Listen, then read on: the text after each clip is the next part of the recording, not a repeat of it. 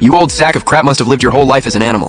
The creep's face twisted in shock, then lightning fast. He locked his screen and stuffed the phone in his pocket. Smooth move, clearly a pro at this. Started blabbering without turning around.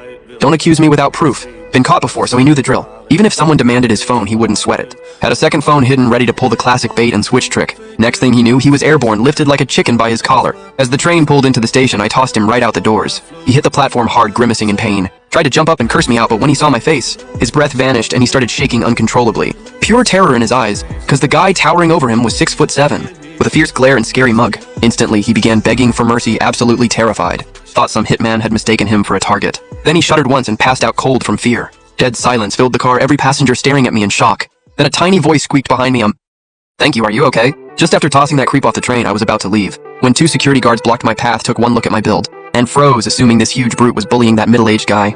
Too scared to lay a hand on me just as I opened my mouth to explain, a girl stepped in front of me. Hey, don't get it wrong. That creep was filming me on the subway, and this big guy stepped up. Got me out of trouble by throwing him off the train. It was Chen Bolin after hesitating for a few seconds. He finally gathered the courage to stand in front of this human grizzly bear, shielding me from everyone's suspicious stares. Felt weird, nobody had ever stood up for me like that before. While Chen Moline explained everything to the guards, I quietly slipped away. By the time Chen Moline looked back, I was already gone. He'd worked up the nerve to properly thank me, but this big teddy bear just left first. Later, when I reached Ningbei University's gate, plenty of upperclassmen were welcoming freshmen. Especially cute and handsome underclassmen got tons of attention. The second I stepped through the gate, everyone went dead silent. All eyes filled with horror. Even the two guards at the gate sensed something off. Followed the crowd's gaze and instantly flinched. What do we do? What can we even do? Better grab our gear facing unemployment pressure. The two guards steeled themselves and shouted at me. This is a university campus civilians aren't allowed in. I glanced at them. They looked tough, but their knees kept trembling slightly, shook my head helplessly. Mistaken for a thug again, nothing new.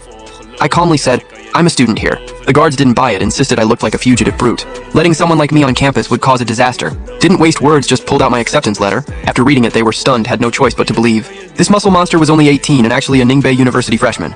They apologized and let me through, but I hadn't gone far. When I stopped realizing, I forgot to ask where freshman registration was. Turned to ask the guards, but they'd already bolted back into their booth. Wouldn't even make eye contact just then. A panting figure ran up from behind. Why'd you walk so fast?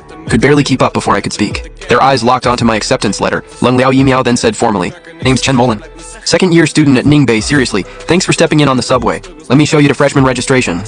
I stood there stunned. Never expected this senior's name to match my mom's exactly, kept that thought to myself, and agreed to let him guide me.